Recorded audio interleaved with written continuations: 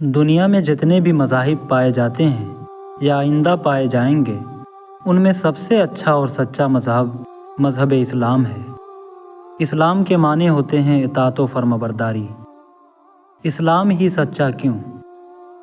آپ ریاضی یعنی میتھ پڑھے ہوں گے۔ ریاضی کے فارمولے کے مطابق کسی بھی سوال کا صحیح جواب ایک ہی ہوگا، اس کے علاوہ سارے جواب غلط ہوں گے۔ یہی حال مذہب یعنی زندگی گزارنے کے طریقے کا ہے۔ مذہب اسلام ہی سچا اور اچھا مذہب ہے۔ اس بات کو سمجھنے کے لیے ہمیں پہلے اسلام کو اچھی طرح سے سمجھنا ہوگا۔ اسلام کا نام اسلام کیوں؟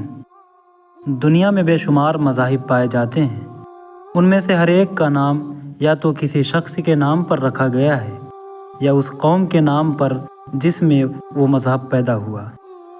جیسے عیسائی مذہب، اس کا نام عیسائیت اس لیے ہے کہ اس کی نسبت حضرت عیسیٰ کی طرف ہے۔ بدھ مت کا نام اس لیے بدھ مت ہے کہ اس کے بانی مہاتما گوتم بدھ تھے۔ اسی طرح سے یہودی مذہب ایک خاص قبیلے میں پیدا ہوا جس کا نام یہودا تھا۔ ایسا ہی حال اور مذاہب کا بھی ہے، مگر اسلام کی ایک خصوصیت ہے کہ وہ کسی شخص، قوم یا علاقے کی طرف منسوب نہیں، بلکہ اس کا نام ایک خاص صفت یعنی اطاعت اور فرمانبرداری کو ظاہر کرتا ہے، جو صفت لفظ اسلام میں پائی جاتی ہے۔ اسلام کا نام خود ظاہر کرتا ہے کہ یہ کسی انسان کی ایجاد نہیں، نہ کسی ایک قوم کے ساتھ مخصوص ہے۔ اس کا کسی شخص، قوم یا ملک سے کوئی تعلق نہیں، صرف اسلام یعنی اطاعت و فرمانبرداری کی صفت پیدا کرنا ہی اس کا مقصد ہے۔ ہر زمانے اور ہر قوم کے جن سچے اور نیک لوگوں میں یہ صفت پائی گئی، وہ سب مسلم تھے، مسلم ہیں اور آئندہ بھی رہیں گے۔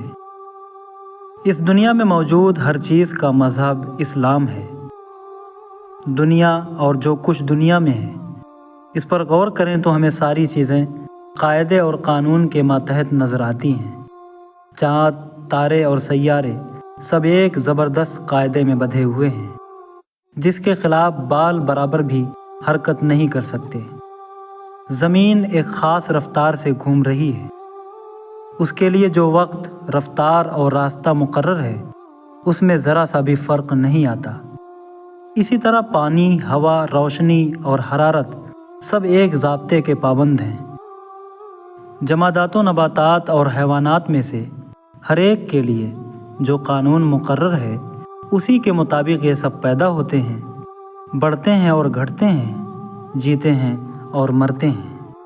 خود اپنی یعنی انسان کی حالت پر آپ غور کریں تو معلوم ہوگا کہ وہ بھی قانون قدرت کا تابع ہے۔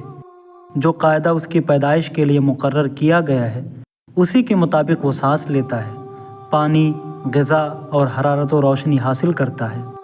اس کے دل کی دھڑکن، اس کے خون کی گردش اور اس کی سانسوں کا چلنا اسی ضابطے کا پابند ہے۔ اس کا دماغ، اس کا معدہ، اس کے پھیپھڑے، اس کے ہاتھ پاؤں، زبان، آنکھیں، کان، ناک، غرض اس کا پورا جسم وہی کام کر رہا ہے جو اس کے لیے مقرر ہے، اور اسی طریقے پر کر رہا ہے جو اسے بتایا گیا ہے۔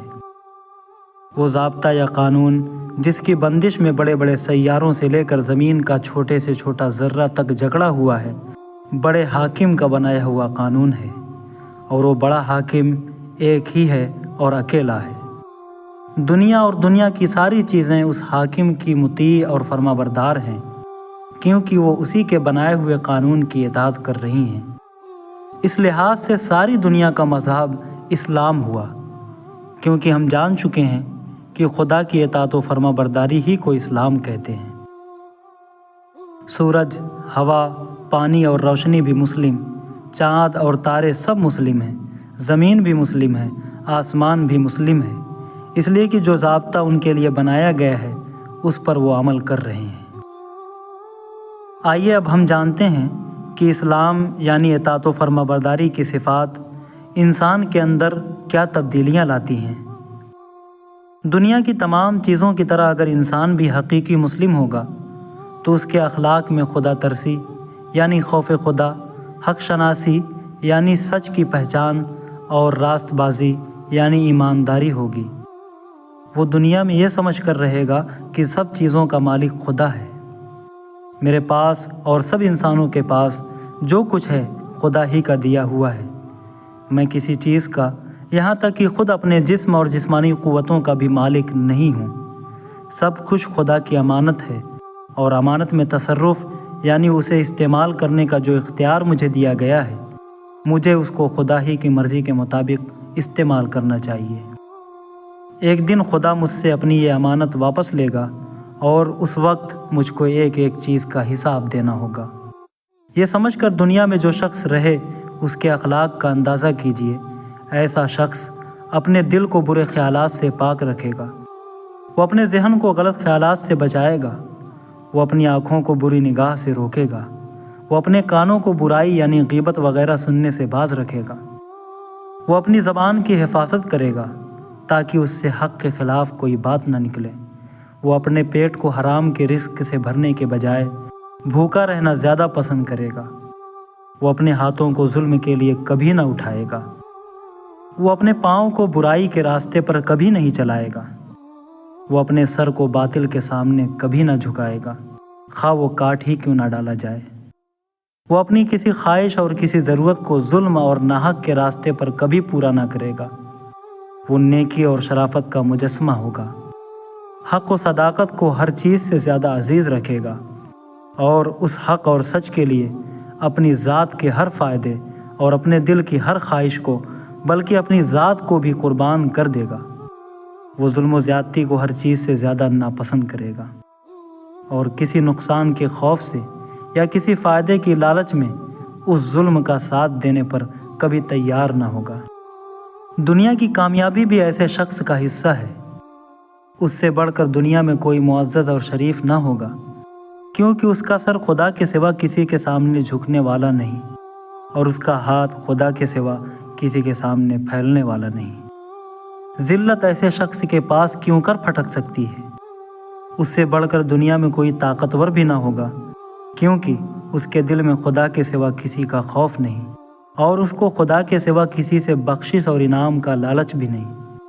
کون سی طاقت ہے جو ایسے شخص کو حق اور سچ سے ہٹا سکتی ہو؟ اور کون سی دولت ہے جو اس کا ایمان خرید سکتی ہو؟ اس سے بڑھ کر دنیا میں کوئی غنی اور دولت مند بھی نہ ہوگا، کیونکہ وہ عیش پرست نہیں، خواہشات نفس کا بندہ نہیں، حریص اور لالچی نہیں، اپنی جائز محنت سے جو کچھ کماتا ہے اسی پر قناعت کرتا ہے، اور ناجائز دولت کے ڈھیر بھی اگر اس کے سامنے لگا دیے جائیں تو ان کو حقارت سے ٹھکرا دیتا ہے۔ یہ اطمینان کی دولت ہے جس سے بڑی کوئی دولت انسان کے لیے نہیں ہو سکتی۔ اللہ ہمیں سچا مسلمان بنائے، آمین۔